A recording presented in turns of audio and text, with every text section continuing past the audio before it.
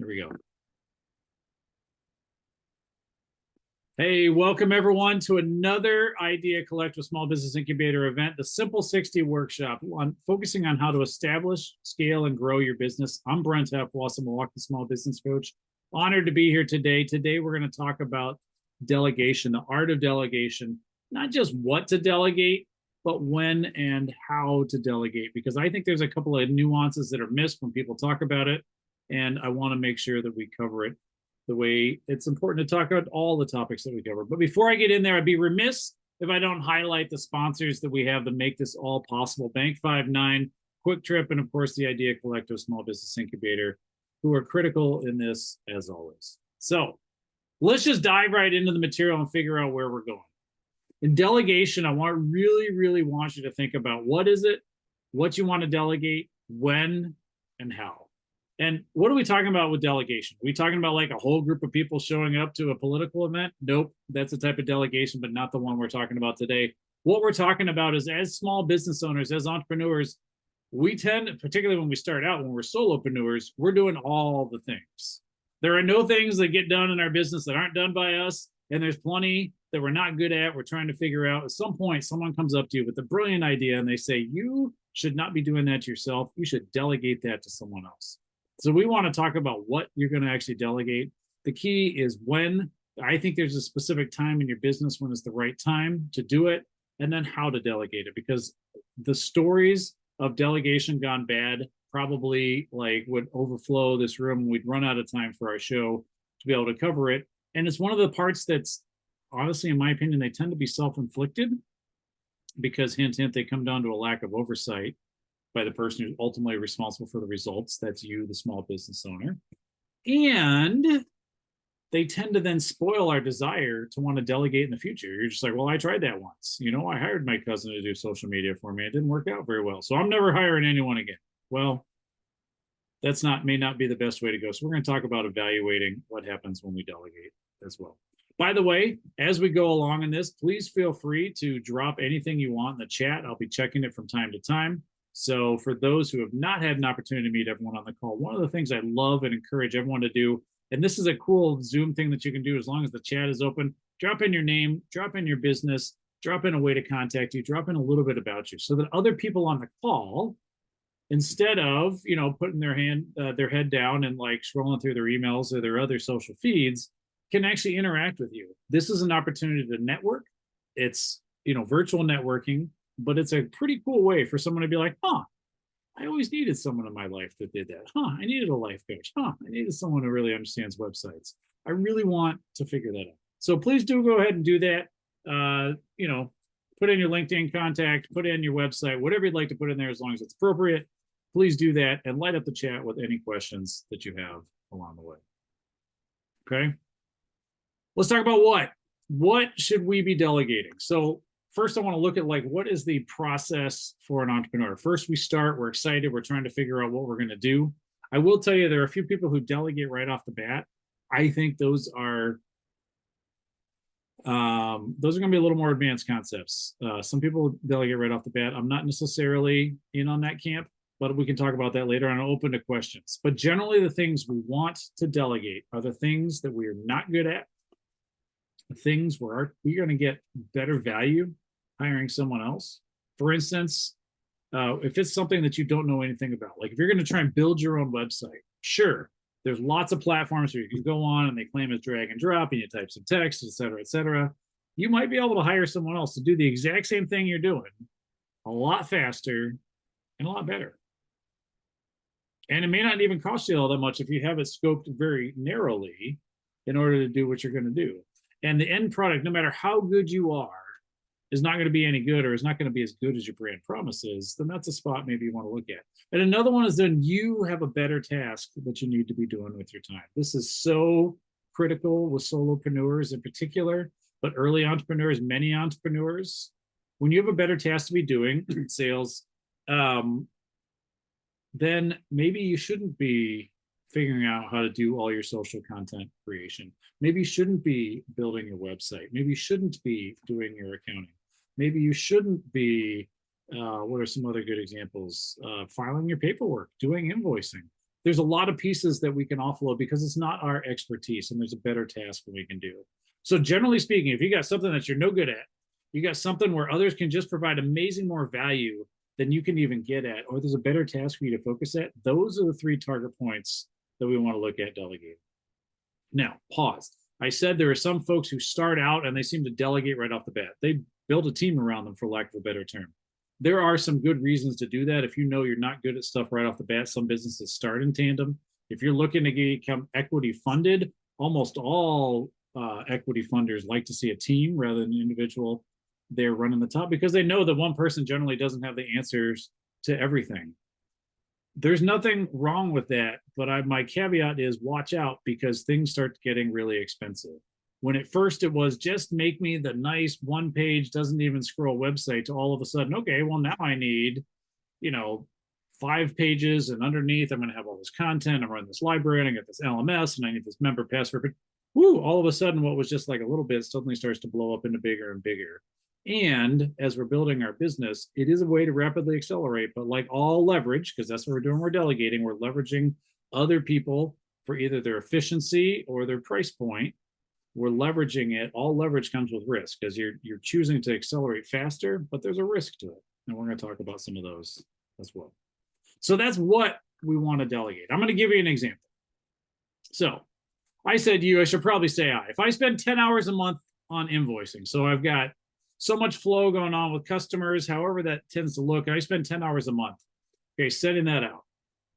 If I hired a bookkeeper to do that, let's say they're charging me $50 an hour, we'll just stay simple. That's $500 a month that I would spend on bookkeeping. And I'm like, ooh, I don't know if I have $500 a month. Well, if my cost is $200 an hour, and I'm going to ask a question in the chat. How do you calculate your cost? What is your hourly rate worth? When you think about what is my time worth, not just what you charge a client, because what you charge a client doesn't count any of your downtime, any of your administrative time, any of your email time. Well, maybe it is. God bless you if you can, right? Any of your time figuring out your next social post, etc.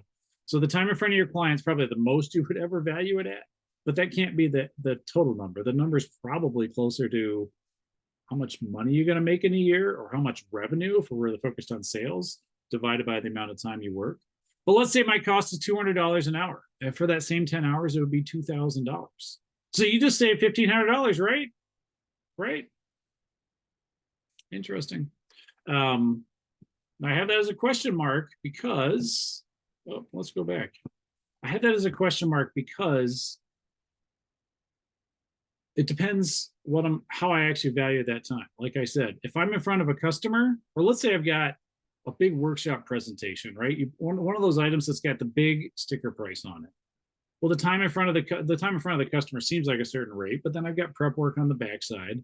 I have all the time that I spent going to track down those customers, build the relationship, get the invitation, make the proposals, all those type of things. Those items end up being unpaid. And if I don't have something to replace this with, if I outsource my bookkeeping costs, if I can't find a way to deploy my 10 hours, that's where I'm going to really struggle. And I think that's where most people actually struggle with delegation. They pass it off and they don't end up deploying their extra hours. So hold that number. Maybe we're going to save $1,500. Maybe we're not. We're going to keep looking and we're going to find out.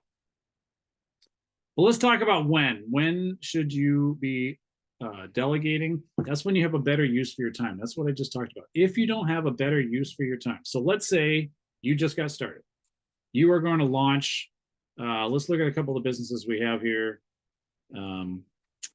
Great. We're going to do some life coaching. Okay. I'm going to do some life coaching. I have one client currently. That client I spend 5 hours a month meeting with on a one-on-one basis, or whatever my program format is, because I just started out. Now I could say, hey, I need to outsource some of my bookkeeping, which there may or may not be a lot. Maybe you've got a lot of startup costs. Maybe you're launching an aggressive campaign to do some media work, and you've got some different invoices coming in. I don't know. Well, let's say I want to outsource some of these other items. I would maintain, for instance, you're going to work a 40-hour week. If you're meeting 5 hours a week with a client, you've got to figure out what else is going on for you, and is your time actually worth that $200 an hour, like we talked about on the last slide? You may want it to be worth $200 an hour. But for a lot of entrepreneurs, particularly early on, we actually have some surplus time. it may be time that we're not spending effectively. It may be time that we're reading books, trying to figure out how to do stuff, perhaps. It may be time that we are trying to find customers, perhaps. And I'm not saying any of these things are bad. But what I want you to do is you got to figure out, is it actually a better use of your time? If you have surplus time, time that is not effective, you get done at the end of the day around 2 p.m. and you're like, well, I've called the 7 people that I know in this city and none of them want to hire me yet. What do I do next? It may not actually be the right time to delegate, particularly if what you're delegating for is to get more time. Because until your calendar is really full up, and I'm not really judging like how effectively it's full up. We'll talk about some of those items like productivity in a little bit. But if your calendar is not necessarily full up, you might want to hold off on delegating. It might be worth it for you to start doing your own accounting for a variety of reasons, one of which is I don't have the business flow to be able to accommodate even $50 an hour because I'm not necessarily making that $200 an hour yet, okay? The other thing that you're going to want to delegate for, and this is very, very common for service providers, to get the skills or the scale that you don't have, right? There's some social media platforms I know a little bit about. I would say I'm reasonably capable of using them, and some that I have zero idea about, as an example. So if I were going to launch a TikTok campaign, for instance, I would need to delegate that basically immediately. I mean, I could spend my time on the University of YouTube and learning what's out there, or I'd have to delegate that right away. I say that on scale. Scale would be if you're doing such a great job selling, you need to start bringing other people on. I'm not necessarily going to delegate all the selling process, but I might need to bring on extra salespeople or extra marketing people. And so that's why I say it's either the skills or the scale. When you don't have them, those are the times you're going to look. So you got to have a better use for your time, and you need skills or scale that you don't have. When those come together, those are really flagging for you. These are great opportunities to look at delegating, right? So I mentioned these in passing. So here's some things that we need to get when we delegate. And I'm going to define them because I think they're important and they're not, they're related, but they're not exactly the same. So productivity, classic productivity is finding a way to do the same thing for less cost than I was doing before. Okay. Hardest part for entrepreneurs to figure out is to put a value on their own time. So if you have a way that you like to put a value on your own time, again, I'd love to see you drop it in the chat. I know that may seem sort of intimate depending on where we're at, but so don't drop a number, but just tell me, hey, is it like the value of my time in front of a customer? Is it the minimum that I'm willing to get paid without being resentful about doing this job? That's usually a part. Usually put some boundaries. The amount I'm going to charge a client face-to-face one-on-one time by the hour would probably be the highest number. And the very minimum I'm willing to be paid and not hate doing this for the rest of my life is the bottom. And there's a range that goes in between. So if I am already paying, let's say, classic productivity, you see with switching maybe an internet service provider. So today I'm paying certain company $100 a month for whatever speed and package and TV channels and all the other things that go along with it. Someone else comes along and says, oh, I can do it for $50 a month instead of 100. Well, you have $50 of productivity a month right there by changing cost. When we do it ourselves, when we're the ones doing it, and instead we're saying, I'm going to outsource the bookkeeping, that's why the redeploying the cost becomes very important. It is no longer, by definition, is no longer productivity from an accounting standpoint when we weren't actually spending any money on it. If we were spending time, it's the worst part about the profit and loss statement. Entrepreneurs need to have some big chunk that says my time, because your time is probably the most valuable time your business has, and it's the one thing you cannot replace no matter what you do, is your time. So cost avoidance is the other piece. Cost avoidance is, this is what I can avoid in paying if I do the following thing. The problem is I never incurred that cost to start with. So if I was looking at, I was thinking about buying this one email management platform and it was going to be $100 a month, but I talked to some amazing people in the Idea Collective and they were like, dude, do this one. And it's only $20 a month. I'd be like, awesome. I just saved $80 a month. Sort of. But you never actually signed up for the $100 plan. That $100 was never actually coming out of your bank account. So it's cost avoidance. It is not bad. It is not the wrong thing to do. But what happens is that we think about I just saved $80 there. I saved $100 there. I just do well over there. And then there's no money in my bank account because we still have to find a way to pay for those things. So productivity is when I straight out reduce a cost per widget, per unit, per time, per month, whatever it is, Okay, cost avoidance is when I avoid spending money that I was going to have to spend or it looked like I was going to have to spend. Both are good, but one shows up in your bank balance a little bit faster. Okay. Both of these are all four of these, by the way, are things that you should be considering delegating for. You just have to know the difference because you have to pay for them differently. Okay. Opportunity cost, and this one really, really impacts your time, is more of an economic concept, but it means what is the best thing I could be doing with my time right now? And what does it cost me to not be doing that best thing right at this moment? It's something that can really help bring amazing clarity to what we're doing with our time. I had a meeting with the amazing Susie Moon. If you don't know Susie Moon, you need to get to know Susie Moon. But I had a meeting with her and I was going through all the list of things that if I were looking for administrative support, I would offload. And I came up with a really good list. And it was things that I was spending a lot of time on. And she said, Brent, how many of those are revenue producing opportunities for you? Because if at the end of the day, I take all these tasks off, I do get some time. I get time back as long as I can redeploy it. However, some of them are incremental. They were like, these are new things I'd like to do for my business, but I can't do today because I don't have enough time. Okay, ooh, interesting. So now we're growing our slice of the pie and the things we can do. But she said, how many of those are revenue producing? And I said, Susie, take that list, rip it up. I got a new list. Because if we're going to be adding incremental stuff, I want it to be generating some revenue for me. I want it to be putting money in my pocket. When you look at opportunity cost, you got to have a sharp focus like that. What is the most valuable thing I can do right now?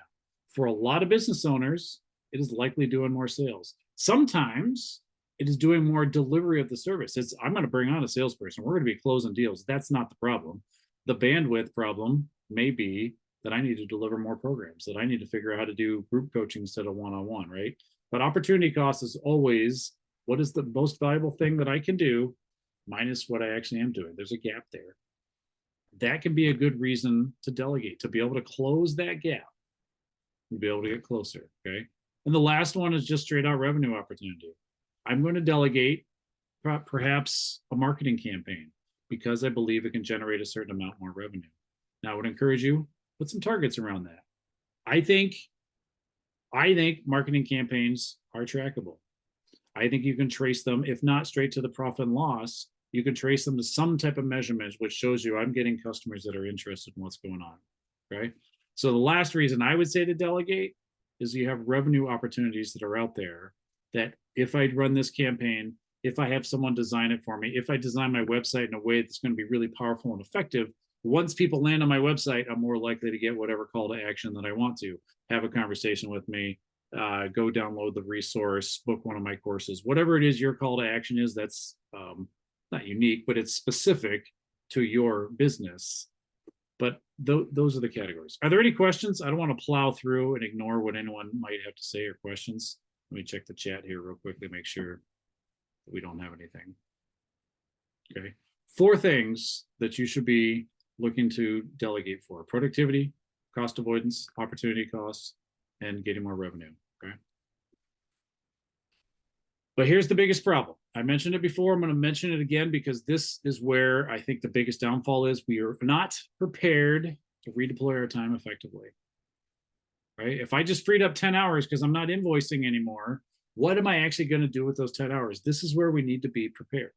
We need to figure out what is and when I look at that opportunity cost, what should I be doing with that time instead? And then we need to be ready to go pretty much day one into that, right? The challenge additionally is I do not get all 10 of those hours back. And we're going to talk about that. So how do you delegate? Here's what I want you to think about when you are delegating. The first thing I think you need to do is you need to document whatever your process is today, okay? Whatever it is that you're doing. You may not even be any good at it. That's okay. Even by documenting things you're not good at and you're hiring someone who's got that skill and expertise that you don't have, it starts to bring things out of your mind that was clearly important to you. Maybe you weren't able to execute on it. Maybe you didn't have the technical competence to be able to do it. But it's usually bringing some insights into, okay, if this project were done well, this is what it would look like. So I want you to document. I actually want you to go into as much detail as you feel comfortable doing. Okay? Because there may be some things that are very specific and very important to you. Like maybe there's specific tags you want to do in your social posts. Okay. Maybe there's certain ways you want to categorize your expenses. And I'm not talking about like getting silly with the accounting, but Maybe someone will be like, well, this could be in conferences, or it could be in office expense, or it could be in travel. Maybe you want it one category for a reason. Maybe you want a customer attached to it. I don't know. But don't make people read your mind, because they're going to do a good job because they're professionals, but it may not be the job that you need, because all that data and all that information is valuable to you. Okay. First, I want you to document it. People may say SOP, that's a standard operating procedure, whatever that looks like for you, but write it down. It can be electronic, doesn't have to be handwritten. Okay. You can chisel it on stone if that really makes you happy, but do document. You have to start there. Almost all breakdowns happen initially when you get the first result back of the product and you're looking at it and you're like, nope, that is not what I hired you to do. Now you're going to have a discussion about who said what, and I thought this, and you told me, but when we talked last, document it. Follow up with an email if you have a conversation. Here's what we agreed to. Here's what we talked about. If you have any questions, ask me. Okay, that's just a good rule for life when you're negotiating. Next one, and this is why we don't get all our time back: oversight, aka management, aka supervision. Okay, just because I've delegated to someone, I cannot delegate and then abdicate. You have to stay involved. Okay, it's still your marketing campaign. They're still your numbers coming back from the bookkeeper, and they don't have perfect insight into everything. Sometimes the items that hit your bank account don't have a description. They just throw them in there. Here, I don't know. We got some money in. Who'd it come from? Don't know. Didn't say. But congratulations, you got money in your bank account. Well, that's cool. But if I can't figure out if my customer paid me or not, or I tell my customer, hey, you guys haven't paid me for 3 months. And they're like, what are you talking about? I already paid you. Well, now I look sort of silly because it was like, oh yeah, apparently you did. I just didn't record it right. AKA my bookkeeper didn't. You still have to provide some oversight. Okay. Then once we got oversight and documentation in place, then's the time to go redeploy. Okay. Then's the time. That's not a good use of English language. That is the time to go redeploy your time. You have to redeploy that time, whatever that time is left. Oversight takes, I don't know, out of the 10 hours, maybe you're going to spend an hour. And ideally that sort of weans down, but you can never forget to demonstrate some type of oversight, because trust is not an internal control, and fraud and or waste happens when there's a breakdown in internal controls. Okay. Trust is not an internal control. Fraud and waste happen when there's a breakdown in internal controls. So that oversight is a version of control. You say, hey, tell me how you're doing. What'd you do? You know, how much time did you put in this week? Did you get done the goals that we'd set, et cetera? Okay. Now we're going to redeploy that time. What's more effective? I'm doing more sales. I'm doing more of the thing, delivering the business product that I do. Okay. Those are all crucial. It's crucial.